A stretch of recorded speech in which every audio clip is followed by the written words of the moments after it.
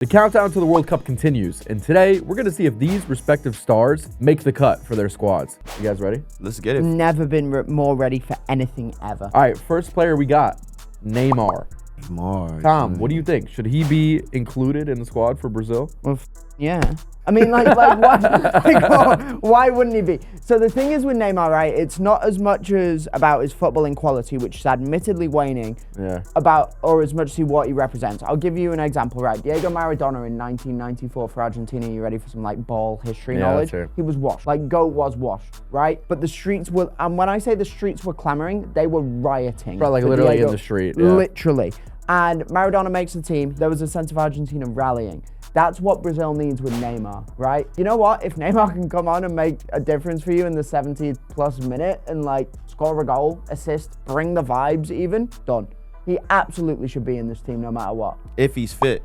Okay, well, yeah, obviously. This is the issue with Neymar, man, that we're having all the time. The thing about Neymar is we're not denying his quality, we're not denying his talent, right? But the Neymar today is not the same Neymar that kids are talking about in edits from PSG and Barca, bro. Yeah. The legs aren't there. The legs are not the same. And I know that he went the extra lengths to stop Santos from getting relegated. He was playing on a torn meniscus, which I applaud him for, man. That's what I want to see from Neymar. I want to see him do these. At the end of the day, man, we're talking about a 32, 33-year-old Neymar heading into the World Cup. He's shown all these injuries. Brazil have actually been playing pretty well the last couple friendlies, and they have young stars coming up like Esteval, Vinny Jr. is doing his thing. Rafinha's another player. Realistically, for Brazil, are you gonna waste that valuable forward spot for a player who potentially cannot play after the first 40 minutes and they injure themselves again? But in a 26-man squad, when you have that freedom anyway, don't you just need the unk who's gonna be there dishing out high fives? It depends. This is why I think this is a big question for Ancelotti is how bad does he need that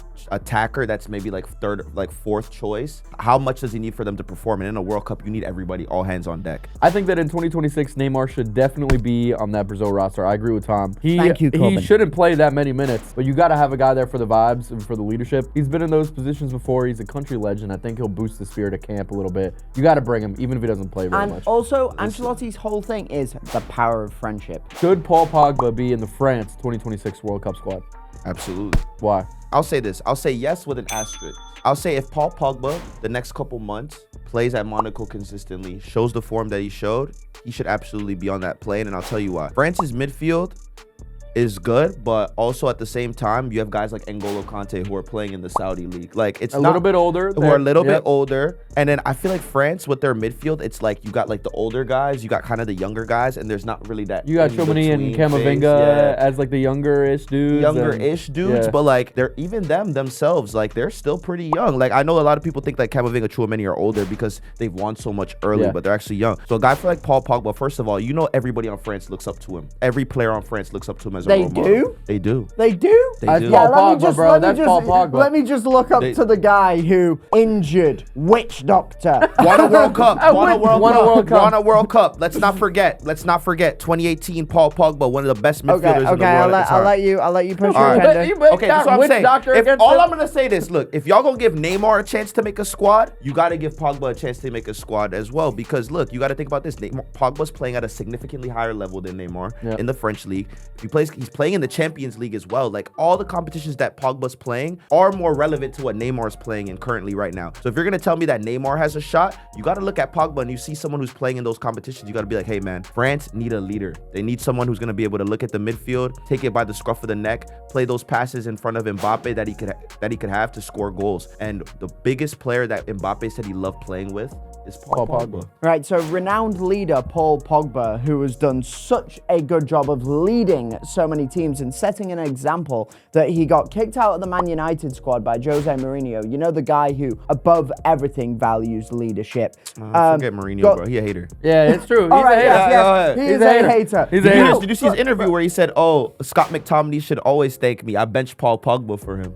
Exactly. But real shit, Jose. That's crazy. Grow up. Didier Deschamps is a very hands-on, like, how am I trying to say this? Rigid manager, right? He needs a workman-like midfield. He likes his Rabios, his Tchouaménis, his Camavingas. Like, Pogba doesn't fit that mold anymore. If you're gonna say that Neymar could play 15 to 20 minutes World Cup, have an impact with all the injuries, everything he's had, and you see Pogba, who hasn't had probably as much injuries, who's had a long period like off to recover and get his body back, and who's playing at a higher level, how does that not make sense? I think Deschamps is more likely to put a Kefren Turam into that team if he's got one last spot than Pogba. I think that you're probably right about that. Thank you. But I'm going to give this one to Raheem. Of course you are. And I'm going to give it to Raheem that's because... amazing. That's really great news. Because it's the same argument as Neymar. You have a guy who is a very elite talent, huge figure in the national team camp. Like, people in France love Paul Pogba. Should Joao Felix be in the Portugal squad for the 2026 World Cup? I don't know if you guys have been hip to the Saudi League, but Joao Felix is just cooking. No, Joao Felix has repeatedly been in the Portugal squad in the last few months anyway, and I think he should continue to be there. The thing is that Roberto Martinez is quite an interesting manager in the way he sets Portugal up, but he likes to have those tricky little playmakers. That's the reason Felix has been in there, and I honestly think he should continue to do so. I mean, is he going to give you like 90 minutes of pure quality? No, but I think you can make a similar argument for a lot of maybe like fringe guys that he could pick a pass or unlock something. If you're taking Ronaldo, you can take Joao Felix. I think Joao Felix probably makes more of an impact on that team than Ronaldo does. On the Clip that up. Clip that up. Joao Felix found his level in Saudi, bro. That's exactly where he belongs. 11 goals against who, fam? I don't even know the name of them teams. What, Al Kitsaya and all that? That's a team that Brendan Rodgers might potentially take over, by the way. Oh, he just did. He just did, right? Yeah. For Cristiano Ronaldo's case, it's a lot different. See, going to Saudi at 39 years old is a little bit better than going to Saudi in the prime of your career, bro. We're talking about Joao Felix being one of the best number 10s in football history. Now he's playing in the Saudi league. You asking me if he deserves a call-up? Hell no. Doesn't Portugal have so much attacking talent that's already based in Europe, playing at a high level? Like, I feel like with Joao Felix now, it's like we've been talking about him to explode and be this player forever, and I just think that tide has sailed, bro. I'm gonna give it to Tom on this one. Thank you. And I you know what, like, you do have to have those wild cards. I think the World Cup is the tournament to have those type of guys. Whether or not he plays a lot of minutes, TBD, but I think you just want to have as much talent as you can. Joao Felix could be playing at a higher level than Saudi. Yeah, but then doing what? Like, what? He wouldn't be contributing as much as he is now. Yeah, but he can play. So he can play and do what? That's what I'm saying. It's All like these the Noah players, Lyles thing. He's like world champion of what? Yeah. I'm seeing a player, they could play at a high level, but is Joao Felix going to score and get an assist or do anything on the pitch that's productive? I think he could do that. He could. That's the only thing about Joao Felix. He's always been a cut-up player. If you're liking the video so far, make sure you like and subscribe and comment down below if you think that these guys should make it into their World Cup squads. Does Florian Wirtz make it into the Germany squad for the 2026 World Cup? If I had to make an argument against it, which Corbin is very unfairly making me do for the purposes of content, I would like to point that out. He's just not been informed. He's just really out of form. Okay, chill. Really out of form. He's been so Speaking bad. out of form, Liverpool, woof, really out of form. Won a couple in a row. We are so back. To make it into the national team, you just have to perform for your club. I think unless you are the absolute elite of world football, such as Christian Pulisic, in fact, no one is just handed a spot. No one is just handed a spot. And Wirtz, despite his immense talent, looking into the camera, just isn't performing well enough to justify his inclusion right now. And Julian Nagelsmann even said, he was like, yeah, I don't know if he's playing that well at Liverpool. It's crazy. Raheem, what do you think? I mean, of course, you got to submit him in the squad because, listen, at the end of the day, Florian Wirtz is a difference maker for the Germany squad. They look at him as that person. Like, we talked about it the other day on the podcast. When Kai Havertz came out of Bayer Leverkusen, he was that guy. And Wirtz was kind of like that prospect that was above him in terms of being able to make that impact in a league like the Premier League. Obviously, you know, coming into the Premier League, you need some time to adapt. You need some time to adapt to a new team, a higher league, more expectations, all that good stuff. So for Wirtz, he's shown in the last couple games, he looks a little bit more comfortable in the Premier League anyway. His role for Germany is vastly different than what it is for Liverpool. So he's going to be a starter regardless because they look at him as someone who could create goals for them. Yeah. All right. I'll give this one to Raheem. Not mad. Not mad. Listen, Wirtz has been really underperforming for Liverpool. Yeah, you want to hammer that home. I'm going to say it a couple more times. Just as we all know, so. Liverpool have been really underperforming in general this season. Yeah, it's been really difficult. When you are that talented, sometimes all you need is a change of scenery to get back into your winning ways. And I think he'll make an impact in the Germany squad. If they're really worried about his form, they just won't start him. Exactly. Do you know what's insane? Every time Wirtz plays for Germany, he yeah. as well. He does cook. Something is wrong with Liverpool, man. You guys are yeah. ditching your like all-time greats. Yeah. Shut up. Liverpool. Liverpool. How are we, lads? All right, next up, we're switching over to the USMNT. Should Josh Sargent make it in the 2026 World Cup squad? I want to use 2 words. You ready? Yeah. He's trash. Raheem, go. What? Raheem, go. Bro. Raheem, go.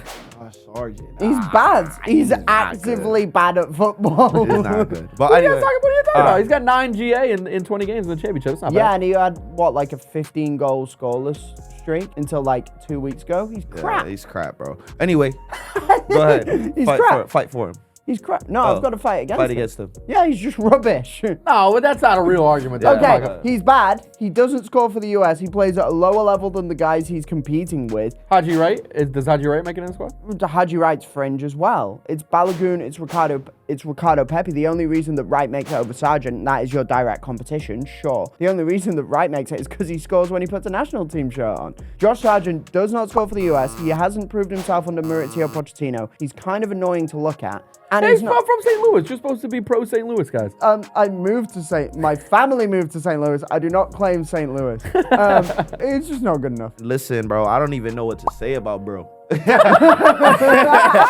Yo, like honestly, it's hard to fight for blood, but I'll give him this though. One thing about Josh Sargent though, he gonna put in that work rate. Yeah. He gonna put in that work rate. He gonna put in them hard yards. If you're looking at a lot of the strikers for the national team in terms of just like pressing and being able to make a difference in that regard, bro, Josh Sargent is your guy. You might not be able to score a lot of goals with the national team in that regard, but if you're looking for someone who could really press the ball and like, listen, if you're in an elite international competition, you're gonna want players who are gonna be able to make things happen when times are tough. When I look at Haji Wright, for example, one of my favorite players on the national team, but when times are tough, Haji Wright is not gonna he's gonna be a guy who might not will be able to make an impact as much. Josh Sargent's gonna be the one who's gonna be able to like fight. He's a scrapper. And he's a scrappy guy. You know, the 50-50s, the things that when things aren't going your well, you're gonna want to win these games. Like, Reem, that's a tough one to argue. I'm gonna give this one to Tom. Thank you. We got 3 guys: Haji Wright, Ricardo Pepe, and Florian Balogun, who are scoring at a pretty elite level. It's tough to bring somebody else into that group. So just to clarify, I wouldn't even pick Josh Sargent. A lot of questions will soon be answered about the 2026 World Cup squads. Make sure you like and subscribe and comment down below if you think these guys should make it or not.